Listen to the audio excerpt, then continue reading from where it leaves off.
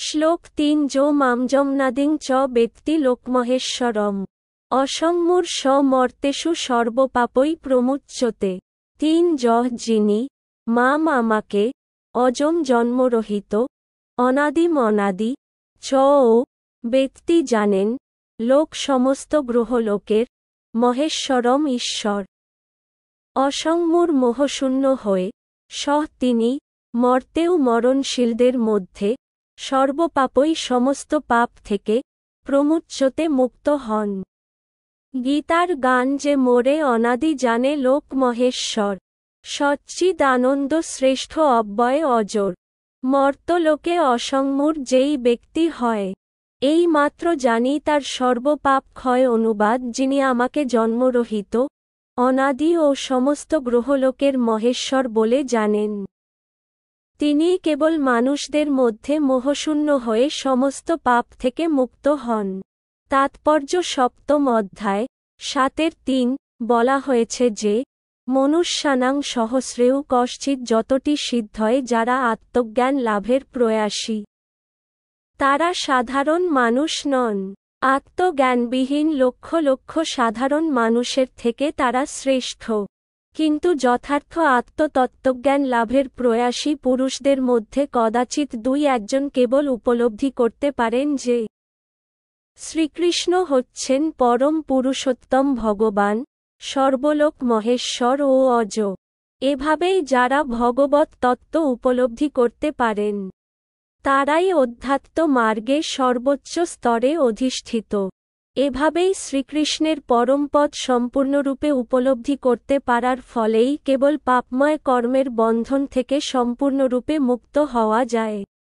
এখানে অজ শব্দটির দ্বারা ভগবানকে বর্ণনা করা হয়েছে যার অর্থ হচ্ছে জন্মরহিত।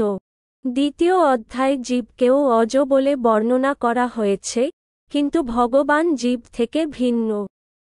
জীবেরা জন্মগ্রহণ করছে এবং বৈশ্বিক আসক্তির ফলে মৃত্যুবরণ করছে কিন্তু ভগবান তাদের থেকে আলাদা।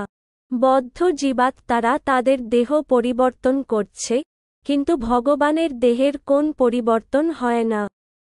এমনকি তিনি যখন জড় জগতে অবতরণ করেন তখন তিনি তার অপরিবর্তিত অজ রূপেই অবতরণ করেন। তাই চতুর্থ অধ্যায়ে বলা হয়েছে যে ভগবান সব সময়ই তার অন্তরঙ্গা শক্তিতে অধিষ্ঠিত। তিনি কখনোই অনুৎকৃষ্টা মায়াশক্তি দ্বারা প্রভাবিত হন না। তিনি সব সময়ই তার উৎকৃষ্টা শক্তিতে অবস্থান করেন। এই শ্লোকে ব্যক্তি লোকমহেশ্বরম কথাটি ইঙ্গিত করে যে ভগবান শ্রীকৃষ্ণ হচ্ছে বিশ্বব্রহ্মাণ্ডের সমস্ত গ্রহলোকের মহেশ্বর এবং তা সকলের জানা উচিত।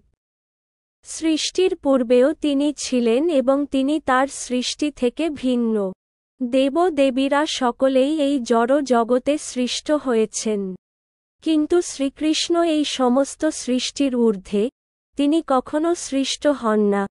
তাই তিনি ব্রহ্মা শিব আদি মহান দেবতাদের থেকেও ভিন্ন। আর যেহেতু তিনি ব্রহ্মা শিব ও অন্যান্য সমস্ত দেবদেবীর সৃষ্টিকর্তা তাই তিনি সমস্ত গ্রহলোকেরও পরম পুরুষ। শ্রীকৃষ্ণ তাই সমস্ত সৃষ্টি থেকে ভিন্ন এবং এভাবেই যখন কেউ শ্রীকৃষ্ণকে জানতে পারেন তিনি তৎক্ষণাৎ সমস্ত পাপময় কর্মফল থেকে মুক্ত হন। পরমেশ্বর ভগবানকে জানতে হলে সব রকমের পাপময় কর্মফল থেকে মুক্ত হতে হবে। কেবলমাত্র ভক্তির মাধ্যমেই তাকে জানা যায়। এছাড়া অন্য কোন উপায়ে তাকে জানতে পারা যায় না। সেই কথা ভগবদ্গীতায় বলা হয়েছে। শ্রীকৃষ্ণকে কখনোই একজন মানুষরূপে জানবার চেষ্টা করা উচিত নয়। পূর্বেই সেই সম্বন্ধে বলা হয়েছে যে একমাত্র মূঢ় ব্যক্তি তাকে একজন মানুষ বলে মনে করে। সেই কথাই এখানে